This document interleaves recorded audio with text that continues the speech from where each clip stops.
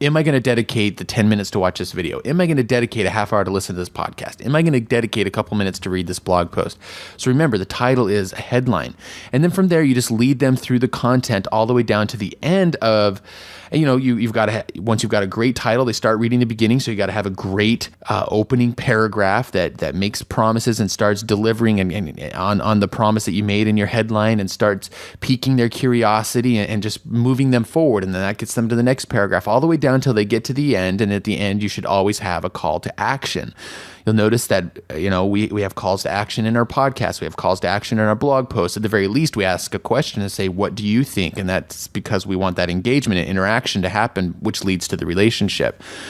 So keep those things in mind. Now, here's a very easy thing, a very easy formula for creating a great piece of content. And every single segment that we create for the Academy, and even often here on the podcast, we do this. There's 3 things you should have in your piece of content. At the beginning, tell them what you're going to tell them.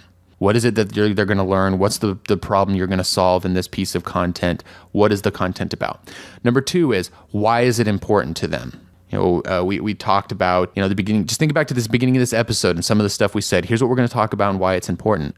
And then at the end of the piece of content, take action. You tell them, okay, here's what you should do about it now. So what are you going to tell them? Why is it important? And then here's what they should do about it now. And if you think about that in every podcast, every blog post, every video that you take, your content is going to be immensely more valuable than a lot of the content out there. I mean, sometimes I read a blog post, I start and I'm like, why is this important to me? They're just commentating on someone else's blog, or they're just adding to the echoing and noise in the blogosphere. Or they're just, it's like, give me a reason to keep reading. Why is this important for me? And then at the end, it's like, I put it through that litmus test before I post something to any of my blogs. I say, look, if I can't tell them why it's important and what to do next, then I should not be blogging about this. Well, and today alone, I saw yet another post of Twitter stuff. Here's 8 Twitter programs I'm like, oh my gosh, really? Another 8? I mean, it's like, and no reason as to why I should read about 8 more.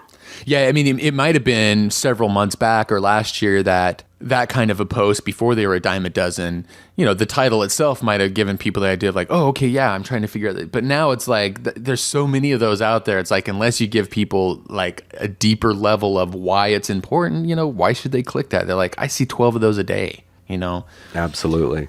All right, so there's some ideas there on making compelling content. Let's give you a few ideas of types of content. And we actually give 14 formulas inside the Academy, but let's give you 3 of them. Here's 3 different types of, and again, this will work for blog posts, podcasts, videos. Number 1 would be a list of resources. And you see this very often, and maybe it would be like, here are the top email marketing resources as recommended by Sterling and Jay or something like that. Or, we've got our toolbox page, which is a list of resources. Or, so the list of resources type post, people like that a lot because they love links, they love to click things, they love to find something new that they can use that makes their life easier. Well, and if they're part of your community and they trust you, hopefully anything you give them, those links of resources, are things that you actually use and have tested. Absolutely. So, I mean, for ours, people are going to that knowing that we actually use these services, and we say it, on the list of resources. This is what we use right now. So it gives that credibility of, our community knows that. And don't take for granted the resources that you use. Sometimes, you use it day in and day out, and it just seems like a commonplace thing. But, for somebody to find out about, oh my gosh, Aweber is where I should go for my email list. Oh, that's awesome. That's exactly what, it's easy to take something for granted when it's something you use every day, but there's somebody out there who doesn't know where to go for that particular type of service. So whatever your business is, there, the place that you go buy yarn for your knitting, the place online, some website, whatever your niche is, you've got those resources that you may take for granted that you can share with your audience. Interviews, very easy thing to do. Find other people doing important things, other market leaders, other exciting, case studies within your market, and just interview those people. Incredibly easy way to create content. Just come up with a few questions, send it by email, or get them on the phone, or do a video in person with them, whatever the case may be. And a third idea that we'll give in this episode is just the simple question or poll. Kind of present a question. Here's something that's been on my mind. I'm kind of wondering if this, or this is better. I'd like to know what you think.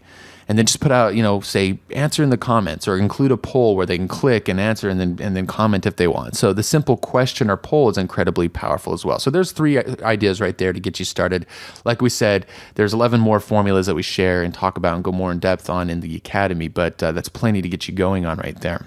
And then here's a couple ideas for never running out of content. And I know this first one is one of your favorites, so why don't you talk about that a little bit, Sterling? Well, I'm out and about a lot. And that's where, when I'm out on a walk or a bike ride or whatever, that's where I get probably most creative. So when I'm out and about, I like to capture my ideas with a system such as Jot.com. And Jot is just where you can actually record, like with my iPhone, they actually have an application where I can just press the application and it'll record whatever I say.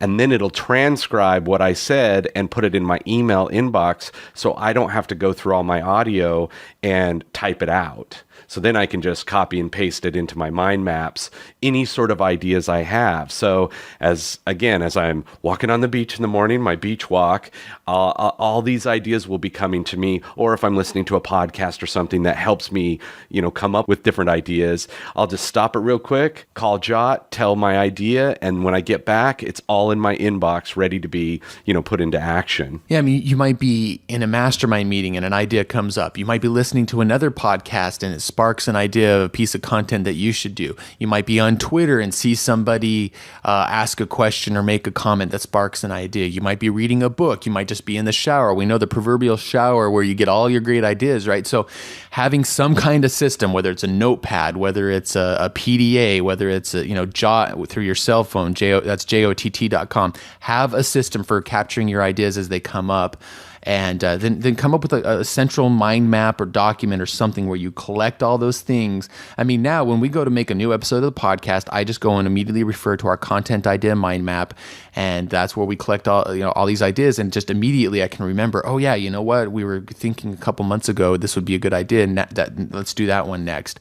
And so I never have to sit there and struggle for a half an hour thinking, oh, what's my next blog post going to be about? Because I'm always capturing them when they come to me, and that is probably one of the most important things you can do for never running out of content ideas. So come up with some kind of system to capture ideas wherever you're at on the go. Come up with a system for capturing and organizing those as you go. So there you go. That's steps number 6 and 7 of our online business blueprint. 6 is attract a community of loyal customers who buy again and again. And then 7 is to create the compelling content that continually engages your community so you can build up that relationship with them.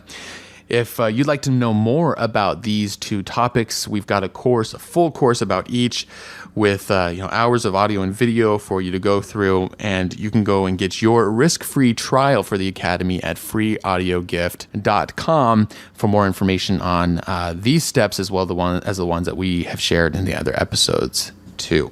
All right, so tell us what you think. What other ways have you found to attract a community of loyal customers? To let us know, go comment on this blog post at internetbusinessmastery.com. All right, now we are to the announcements, and I guess this has become the breakthroughs segment as well, because really that's what we've been using more for the last few episodes. And Sterling, this is becoming one of my favorite parts of the show. And not just because, certainly this is people sharing their success stories from the Internet Business Mastery community, listeners and Academy members. And of course, it's very fulfilling to hear their stories. But, one thing that I find I need, no matter how long I'm an entrepreneur, I still love to hear people's success stories or just little victories that they have along the way. And no matter what level they're at, and it just gets me psyched, gets me all pumped up and energized to go and do something myself. And so I love hearing these little stories. So this is becoming one of my favorite parts of the show that we do. But